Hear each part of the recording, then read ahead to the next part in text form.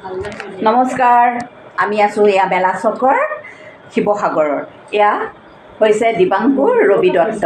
তেওঁ এইবাৰ সুখ্যাতিৰে শিৱসাগৰৰ কেন্দ্ৰীয় বিদ্যালয়ৰ পৰা SSLC 99.8 লৈ শিৱসাগৰলৈ সুনাম কঢ়িয়াই আনিছে। এয়া মই দেখুৱাইছোঁ দিবাংকুৰ ৰবি দাস। কোৱা, তোমাৰ কেনেকুৱা অনুভৱ কোৱা? প্ৰথমতেতো চবকে ধন্যবাদ, আপোনালোক আহিছে, সম্বৰ্ধনা জনাইছে, বহুত ভাল লাগিছে।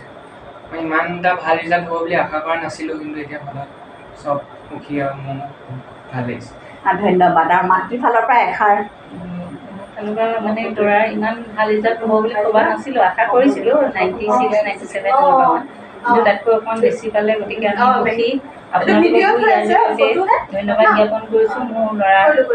মোৰ সন্তানৰ সুখ্যাতিৰ বাবে আপোনালোকে আহি এইখন মৰম আৰু অভিনন্দন জ্ঞাপন কৰা। আমাৰ শিখাজ্যোতি সাংস্কৃতিক মঞ্চৰ সমূহ কৰ্মবৃন্দ আছে, এইখিনি গোটেইখিনি এয়া সকলো আহিছে আজি দিবাংকুৰ ৰবি দত্তৰ ঘৰত। আৰু এয়া হৈছে আইতাক দেই। আইতাকে কি কয় নাতিনীয়েকৰ কথা কওক। মোৰ নাতিটো পৰীক্ষা ভাল কৰিছে, সুন্দৰকৈ নম্বৰ পাই পেলাই ৰিজাল্ট পাই আমি অত্যন্ত সুখী হৈছোঁ আৰু সকলোৰে আশীৰ্বাদ কামনা কৰিছোঁ তাৰ যে উজ্জ্বল ভৱিষ্যত হয়। হয়, ধন্যবাদ। আৰু এইখিনি সকলোখিনি আমাৰ শিখাজ্যোতি সাংস্কৃতিক মঞ্চৰ কৰ্মকৰ্তাসকল। তেখেতলোকৰ জৰিয়তে আজি এই অনুষ্ঠানটি আমি সম্বৰ্ধনা জ্ঞাপন কৰি আহিছোঁ।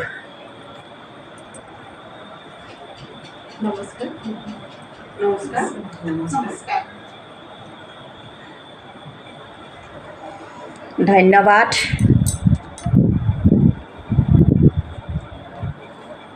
দিবাংকু, তোমালৈ উজ্জ্বল ভৱিষ্যত কামনা কৰিলোঁ। এইদৰে যাতে তুমি আৰু সুখ্যাতি আনা শিৱসাগৰলৈ। ধন্যবাদ।